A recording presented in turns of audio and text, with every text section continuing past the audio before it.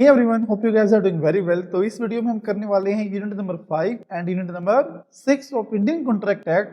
Hopefully आप लोगों ने पहली 4 यूनिट देख ली होगी और आप लोग को उसमें कोई भी डाउट नहीं होगा। तो without wasting any more time let's start with the unit. Unit number 5। So what is unit number 5? That is breach of contract and its remedy. अगर कोई पर्सन कॉन्ट्रैक्ट के टर्म्स एंड कंडीशंस को या contract का जो object था उनको breach कर देता है, तोड़ देता है, तो क्या होगा, रेमेडी क्या होगी, कंसिक्वेंसेस क्या होंगे, वो हमारा ये चैप्टर डील करता है। इंट्रोडक्शन में हम पढ़ते हैं व्हाट इज ब्रेच। ब्रेच का मतलब क्या है, very failure of a party to perform his or her obligation. मतलब अगर कोई भी पर्सन अपनी जो ऑब्लिगेशन थी वो ऑब्लिगेशन पूरा करने के लिए मना कर दे तो उसको बोलते हैं ब्रेच। ब्रेच दो तरीके की होती है, first is actual breach, second is anticipatory breach. Actual breach क्या होता है वो पढ़ते हैं हम। एक्चुअल ब्रेच मीन्स जो कि ड्यू डेट ऑफ परफॉर्मेंस पे हुई हो या ड्यूरिंग द परफॉर्मेंस हुई हो तो उसको बोलते हैं actual breach of contract. When the party to a contract breach the contract either on due date of performance or during the performance is called as actual breach of contract। और जो agreed party होती है वो सामने वाले के ऊपर कोई भी एक्शन क्लेम कर सकती है। Sir on the due date का एग्जांपल तो हमें समझ में आ गया, हमें ड्यूरिंग द एग्जांपल बताओ।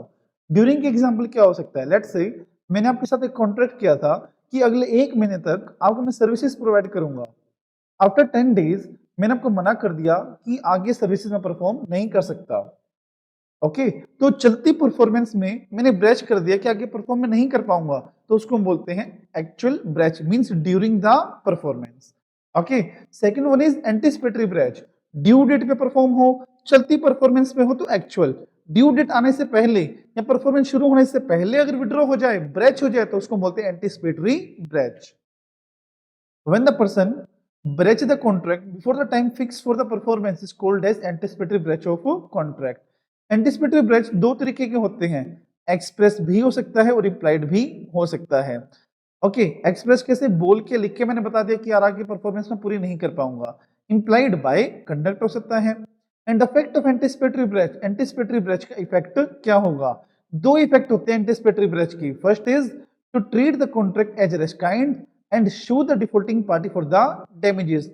हम कॉन्ट्रैक्ट को रिस्काइंड कर सकते हैं और सामने वाली पार्टी को डिफॉल्टिंग के रूप में, डिफॉल्टिंग के तौर पे शू कर सकते हैं कि वो डिफॉल्ट है without meeting for the time.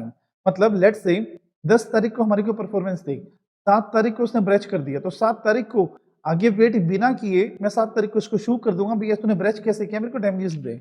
और सेकंड ही में elect not to rescind and treat the contract still as operative कि 7 तारीख को रिस्काइंड ना करे, वैलिड माने और 10 तारीख आने का इंतजार करे और 10 तारीख पे फिर वो उसको शू करे। समझे? अब एक बात समझानी मुझे आपको, before the due date of performance breach हुई है तो वेट भी कर सकता है कि भाई चलो उसने ब्रेच कर दिया, मैं अभी ब्रेच नहीं मान रहा, क्या पता उसका मन या विचार बदल जाए और वो 10 तारीख को परफॉर्म कर दे। और मीन वाइल कोई ऐसा इवेंट हो गया जो beyond the contemplation of party है, जैसे मान लो सामने वाले की डेथ हो गई, तो क्या वो पुराने ग्राउंड पे उस पर डैमेजेस क्लेम कर पाएगा? नहीं कर पाएगा। क्यों? क्योंकि उसने वेट करके ये सिग्निफाइज कर दिया था कि मैं कॉन्ट्रैक्ट को भी वैलिड मान रहा हूं चाहे सामने वाला उसको इनवैलिड क्यों ना मान रहा हो। तो जो सुपरवेनिंग इम्पॉसिबिलिटीज हुई है उसका बेनिफिट सामने वाला पर्सन क्लेम कर सकता है अगर एक पर्सन ने वेट किया है तो। Remedies available for breach of contract, क्या क्या रेमेडीज अवेलेबल है? ब्रेच कर दिया तो डैमेजेस के लिए शूट कर सकते हैं, कॉन्ट्रैक्ट को रेस्काइंड भी कर सकते हैं, स्पेसिफिक परफॉर्मेंस के लिए भी शूट कर सकते हैं, इंजेक्शन के लिए शूट कर सकते हैं, पढ़ाते हैं क्या होता है ये, क्वांटम मेरिट के लिए भी शू कर सकते हैं। अब जो पहली हमारी रेमेडी है वो है हमारा ब्रेच ऑफ कॉन्ट्रैक्ट के लिए रेमेडीज जो है जो शू फॉर डैमेजेस। कितने तरह के डैमेजेस होते हैं? First is ordinary damages, second special damages, third vindictive damages, fourth nominal damages, 5 damages for deterioration caused by delay. पढ़ाते हैं क्या होता है, एंड प्रीफिक्स डैमेजेस। डैमेजेस क्या होता है, एक टर्म में समझो, that is compensation for any loss, loss को कंपनसेट करना is called as damages. Okay but कोई छोटे मोटे डैमेजेस हैं ये डायरेक्टली ब्रेच की वजह से नहीं हुए, इनडायरेक्टली हुए हैं तो उनका कोई भी डैमेजेस नहीं दिया जाएगा।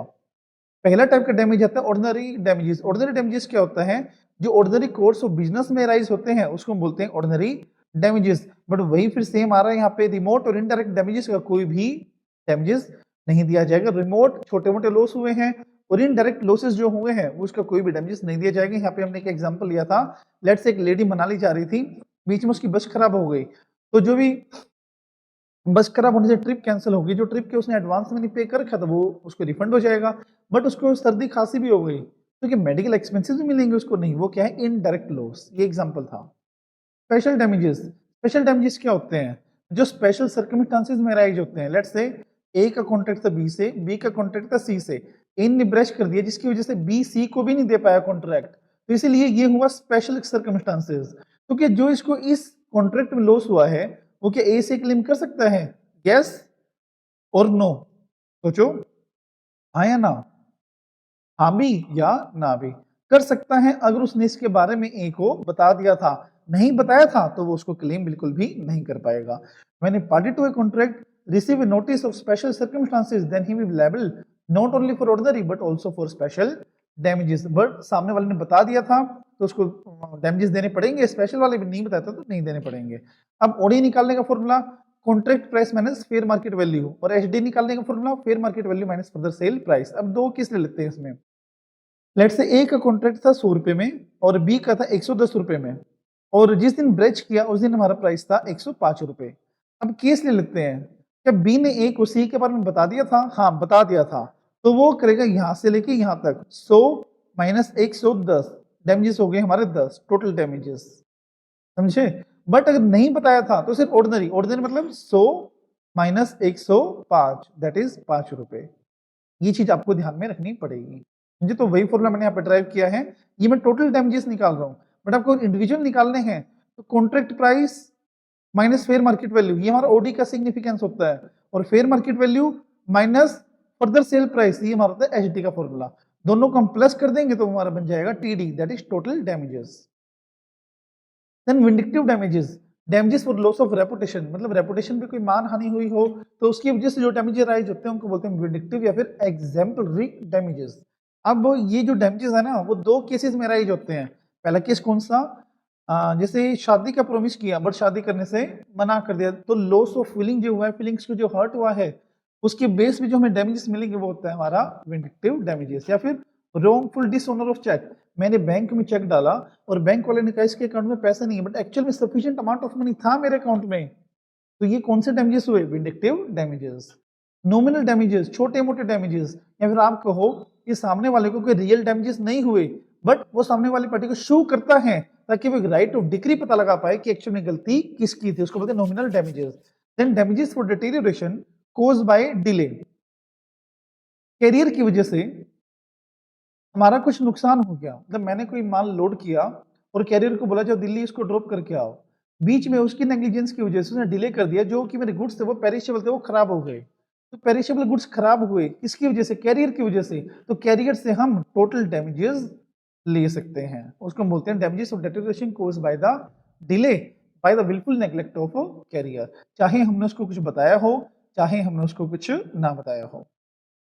ओके एंड वही बात है, इस केस में ना हम ओडी भी ले सकते हैं और एसडी भी ले सकते हैं। मतलब loss of special opportunity for sale हुई ना, कि मतलब मैंने सामने वाले को सेल की फिर उसने सामने वाले को सेल की, तो जो प्रॉफिट का नुकसान हुआ है वो भी हमसे वो क्लेम कर सकते हैं।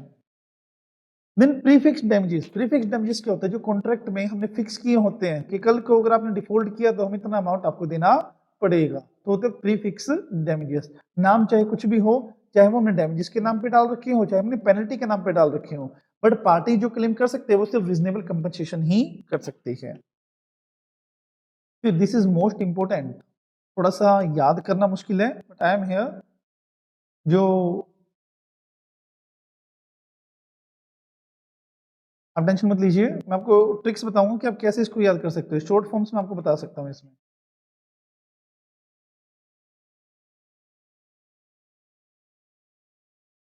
तो difference between penalty and liquidate damages, okay, समझो क्या डिफरेंस होता है।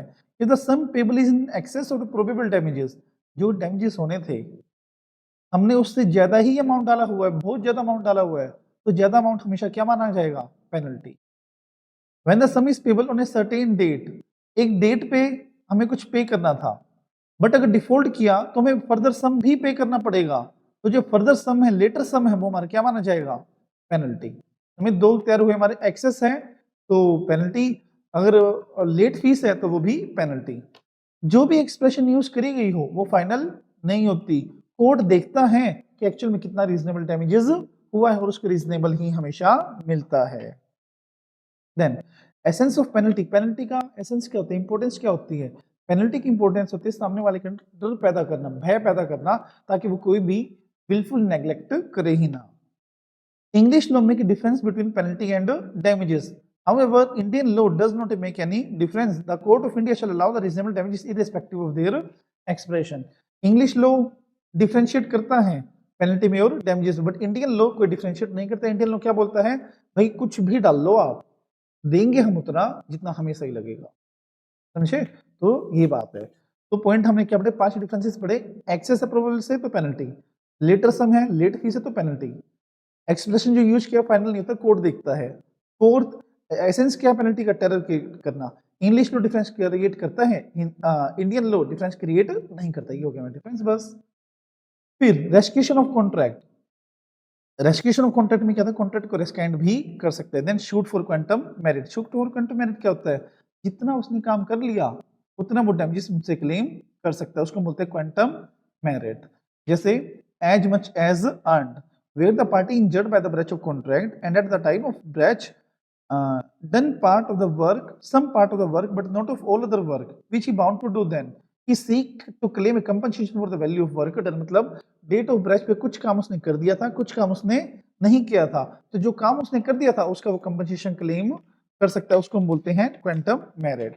पर दो कंडीशंस पूरी होनी चाहिए क्वांटम मेरिट के लिए। फर्स्ट, ओरिजिनल कॉन्ट्रैक्ट डिस्चार्ज हो जाना चाहिए, और जो पार्टी डैमेजेस क्लेम कर रही है वो डिफॉल्ट में नहीं होनी चाहिए। मतलब जैसे मान लो मैं कह रहा हूँ यार मैंने एक फ्लोर बना दिया आपका, एक फ्लोर के पैसे तो दो, अगर मैंने रॉ मटेरियल ही हल्का यूज किया है तो डिफॉल्ट में कौन है, मैं हूं, तो मैं डैमेजेस क्लेम नहीं कर सकता।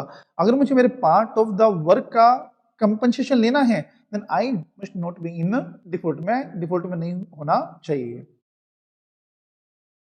Claim for quantum meruit, in cases में क्वांटम मेरिट अराइज हो सकता है, कॉन्ट्रैक्ट वॉइड हो जाए और done without any intention to do so gratuitously, charity में कोई काम नहीं किया, पैसे लेने के लिए किया, वो पैसे नहीं दे रहा मुझे, ओके। और पास्ट परफॉर्म मतलब कोई इंजॉय उसने किया हो, बेनिफिट लिया हो और परफॉर्म उसने पूरा कर दिया हो पर बैडली किया हो, तो बैड वर्क का वो कट कर सकता है, बैड वर्क का जो पैसा है वो डिडक्ट कर सकता है उसमें से।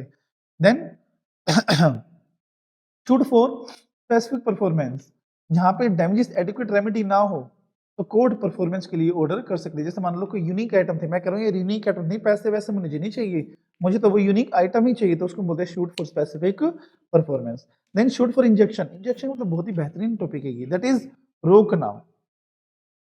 मतलब किसी बंदे ने कोई काम करने से मना किया था कि मैं ये काम करूंगा ही नहीं, बट वो कर रहा है, उसको उसको रोकने के लिए मैं कोर्ट से लेके आ सकता हूँ इंजेक्शन ऑर्डर, ओके।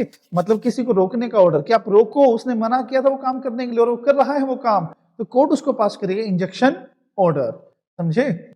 इसमें हमने एक मूवी का एग्जांपल लिया था ऐसे ही, बट मैं अपना बताता हूँ। मान लो मैंने ऐसा एग्रीमेंट किया था बराबर वाले के साथ कि मैं अगले 1 साल तक आपके बराबर में कोई भी बिजनेस कैरी आउट नहीं करूंगा, कम्पीटिंग विद यू, और मैंने कॉन्ट्रैक्ट को ब्रेच करते हुए वो कॉन्ट्रैक्ट करना शुरू कर दिया, okay.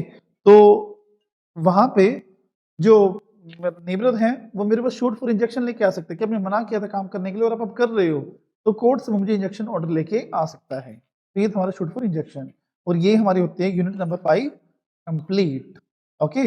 That is breach of contract and remedies for the, बड़ी आसान सी और बेहतरीन यूनिट है और एक क्वेश्चन आ सकता है इसमें से। फिर हमारा कॉन्ट्रैक्ट आता है, नॉट कॉन्ट्रैक्ट चैप्टर आता है, it's not chapter its unit, unit number 6 that is contingent contract and quasi contract. अच्छे पॉइंट है, सुनते हैं इसको क्या होता है। कंटीजेंट कॉन्ट्रैक्ट, ये कैसा कॉन्ट्रैक्ट होता है, कंटीजेंट जो किसी इवेंट के होने या ना होने पे डिपेंड हो, मतलब मुझे कुछ करना है वो किसी के होने किसी के ना होने पे डिपेंड हो, उसको बोलते हैं contingent contract. A contract to do और not to do something if some event depend to such contract happen और नॉट हैपन, मतलब जो इवेंट है, जो इवेंट बेस है वो होया या नहीं हुआ तो मैं काम करूंगा या नहीं करूंगा। मतलब लेट्स से एक एग्जांपल ले लेते हैं, अगर आप बीमार हुए तो हम आपको हेल्थ इंश्योरेंस देंगे, अब हेल्थ इंश्योरेंस देना किस चीज के ऊपर डिपेंड है, बीमार होने के ऊपर, तो वो है हमारा कंडीशनड कॉन्ट्रैक्ट। उसके बाद कोलेटरल इवेंट। कोलेटरल इवेंट वो जो हमारा बेस इवेंट होता है ना, जिसके ऊपर हमारा कॉन्ट्रैक्ट बेस होता है, उसको बोलते हैं कोलेटरल इवेंट। कंटीजेंट कॉन्ट्रैक्ट के एसेंशियल एलिमेंट्स क्या हैं? First element is that it should be dependent on happening और non happening of some event, contingency होनी चाहिए।